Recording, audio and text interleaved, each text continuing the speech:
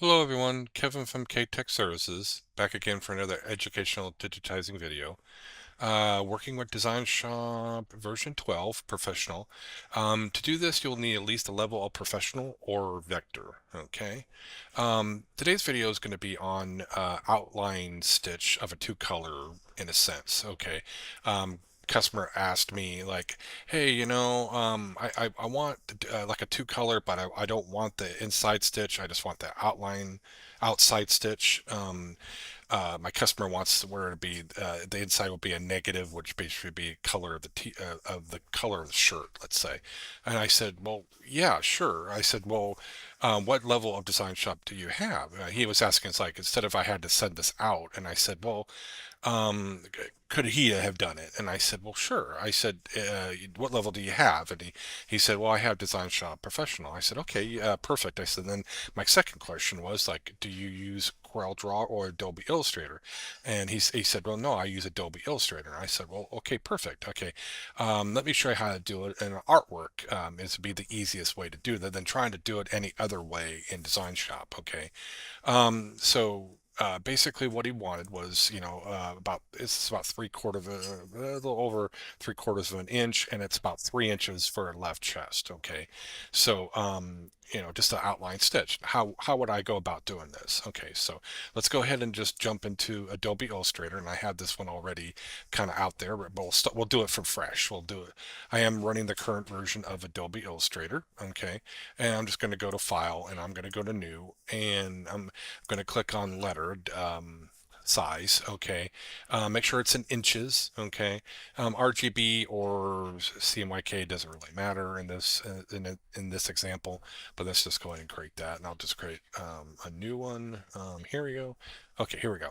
And now we're gonna go ahead and click on the lettering tool. I'm gonna anywhere inside here. I'm gonna start typing KTech. Okay, and then I'm just gonna kind of sort of close that. The size now, of course, over here now, of course, your setup might be a little bit different, but this is actually how I have mine. Hopefully, you can follow along. And now, I imagine there's different ways to do this. If you're more professional at it, you can actually just kind of. I mean, I know you'll be able to figure this out how your setup is versus mine. Okay. So the first thing I'm going to do is under stroke here, I am just going to make, well, first thing I'm going to do is this is under inch. I'm going to make this at least 3 inches in wide, and then I'll press enter, and that's going to do that. And then the second thing is the font. So I'm going to just Arial. Let's just do Arial basic. Okay. Um, so then I'm going to need to put an outline stitch or a second color in a way. Under the stroke, I'm just going to go at least 3 points. Okay, and that do that. And then of course I need to turn off the insight color. So I'm going to go to fill and use the red line for no fill. And there you go. Okay, so as we're looking at this, we have how we want it to be now, but it's in a mode that if I tried to copy this and paste this or bring this into Design Shop, it wouldn't work. It wouldn't import over at all. We need to kind of get it into a language or a mode as we bring it over to into Design Shop that it likes it. Okay, and this is how we're going to do that. Okay, so as you kind of see here, we're kind of a little close here on that. Let's go ahead and space that. I know there's a couple different, but like shift, I think it's this bottom one touch type tool or shift T, and then we can kind of space that. And of course, I want to space this. Everything else looks okay. Again, it's not such a big deal because we can actually do the fixing in Design Shop per se, but I kind of want to fix it here. I like to do the work here. The less work I have to do over there, the better kind of thing. So I'll kind of click on right between the T, and then of course with the space bar or the arrows of the key, I can actually start moving this over a little bit to kind of do that. And that's on the arrows, left and right arrow on my keyboard. Okay, obviously I'm using Windows. Okay, and there we go. And basically I can either click on the editing tool there, or what they call this a selection tool, Okay, and then now we're kind of more spaced apart. The other thing is we have all straights. Okay, if you look at all the ends, they're all straights and stuff like that. This will be okay because obviously the size factor that we're stitching this out it's not going to matter. But if I was doing this maybe bigger or something like that, maybe I wouldn't want it just a straight stitch. So I just want to show you the other option. We can round these corners and stuff. So to do that, I need to make sure I select the whole thing here and then go to stroke. Click on stroke, and then right down here in the middle on the corners rounded. And if you see all that, now all the corners are rounded. Like I said, not such a bit. We can leave this. Let's leave it for the heck of it right now. I'm just going to click off of it, and we can digitize this, auto digitize this just the way it is. But again, if I was kind of maybe doing this on a back of a jacket or something, or something at least maybe 10 inches wide or 8 inch, I would want to curve it. And I just wanted to show you this. It's not a big deal, so we'll keep it. We'll see how it looks. Okay. All right. So I've done that. Now we're we're ready to do the we need to kind of we're ready to do the process to get it the artwork right so it can actually copy over or import over into the design shop. Okay, because right now as I try to if I set this over right now it would not read this right. Okay, now so let's see what's the first step here. So we have to right click on inside the box, and then find uh, let's see, where is it? Create outlines. Okay, we need, we click on that. Okay, that's the first step, create outlines. And then when we right click again and we look for ungroup. Okay, we have to ungroup it. Okay, now it's actually in individual letters. Okay, now there's one more step. Okay, we need to get in the mode that design shop likes it. And that now we need to go to object and where it says expand. We hit expand. It'll bring up this box and it'll say fill. That's fine. Keep it stock, and then click OK. All right, boom. Now it's in the language converted that we needed to bring it over to Design Shop. Now, if you have to save this, then make sure you do Adobe um, version 8. Okay, not the current version of this. Downgrade it to Adobe version 8 AI, and then that'll import over well. It's what I use now. There are probably some other formats that you can try to use if it works better for you. But again, I've been doing this for so many years. Adobe AI version 8 works just perfectly of importing stuff over to Design Shop. But this, since I have Design Shop on the same computer here, all I'm going to do is go to Edit and Copy or Control C, and then I'm going to flip over to the Design Shop. I'm going to do a File New, and then I'm going to do a Control V to paste. Voila. And now I'm just going to zoom out on this. Look how that's just so beautiful. Look at that curve right there. Okay, so everything looks good on the artwork wise and stuff, and look at that, just awesome, just awesome.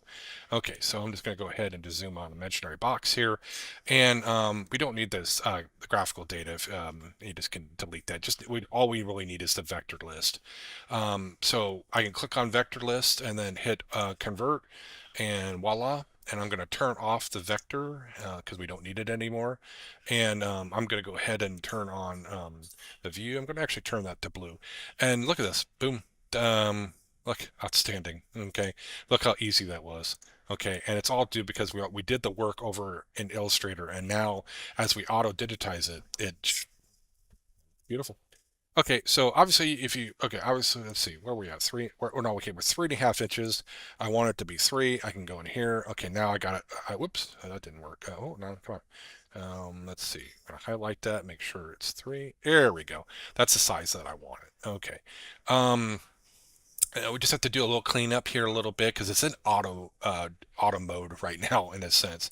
But this would be good for like a left chest stitching.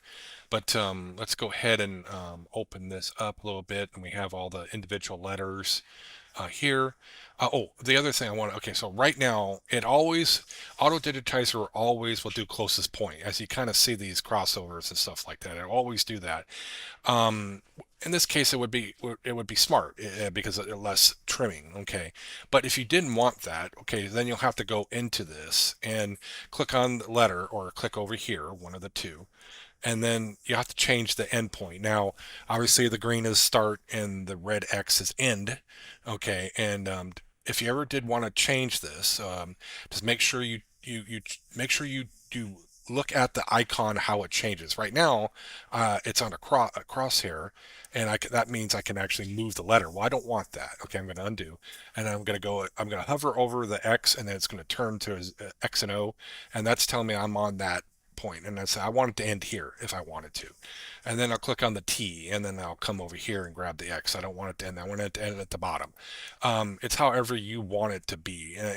Now, if I did this, now it's going to trim. Okay, it's going to be far away enough that it'll trim.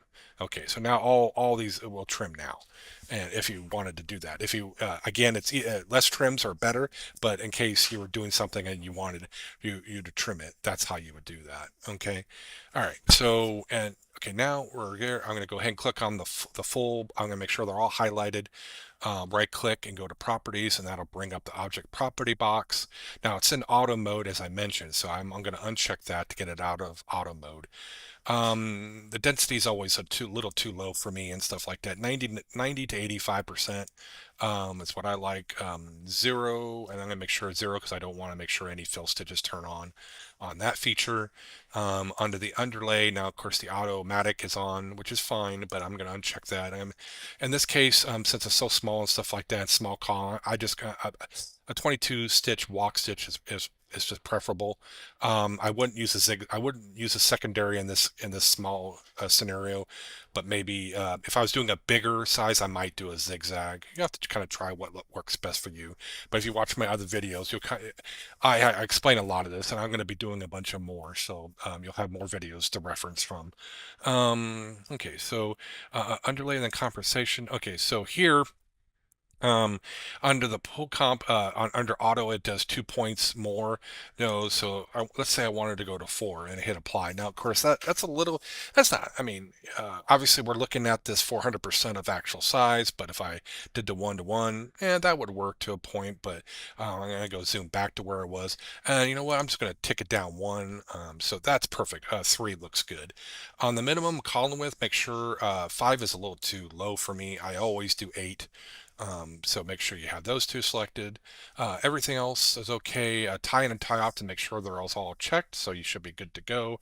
I do, me personally, always make sure that it's set to 3 on the tie off. Something's very weird with default, and I'm not too sure, but I always set it to make sure that both of them are set to 3 I mean number of stitches. Okay, so just make sure like that. I hit apply and okay, and voila, it is ready to be stitched. Okay, and then in case if I have to make any other tweaks, I could do that after the fact, but at least I could start sewing this out. And that's all about that's it to it, my friends. It's that easy peasy. Okay. um, I thank you for stopping by, and I hope this was educational for you. Please give me a thumbs up and sign up for the next video coming out, and we'll see you on the next one. Thanks so much for stopping by.